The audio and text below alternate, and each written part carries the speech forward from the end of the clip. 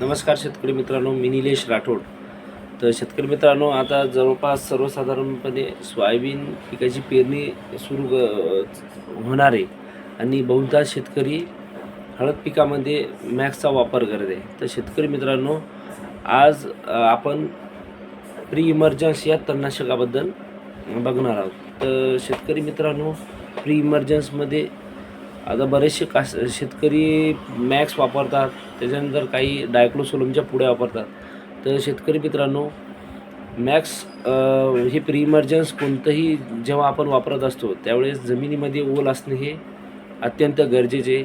आणि दुसरी गोष्ट, हे प्री इमर्जन्स पेरणी झाल्याच्यानंतर आपल्याला जवळपास 24 तासाच्या आत फवारणी केली तर रिझल्ट हे अत्यंत चांगले मिळतात आणि आपल्या बियाण्यावरती सुद्धा काही परिणाम होत नाही.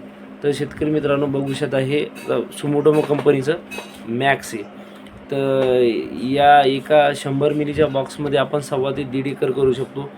त्यासोबतच याचा वापरण्याची जी पद्धत आहे, तर याला पाणी जास्त पाण्यामध्ये आपण फवारणी केली पाहिजे, जेणेकरून आपल्याला रिझल्ट बेस्ट मिळतात.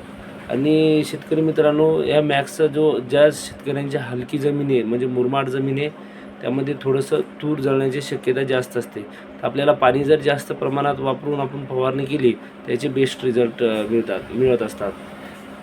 तर त्यानंतर आपण आता टाटाची असो किंवा कोर्टेवा आणि विल्लोवूड या म्हणजे कोणत्याही कंपनीची आपण डायक्लोसोलम फवारणी जर केली तर ही 12.4 ग्रामची एक पुडी मिळत असते.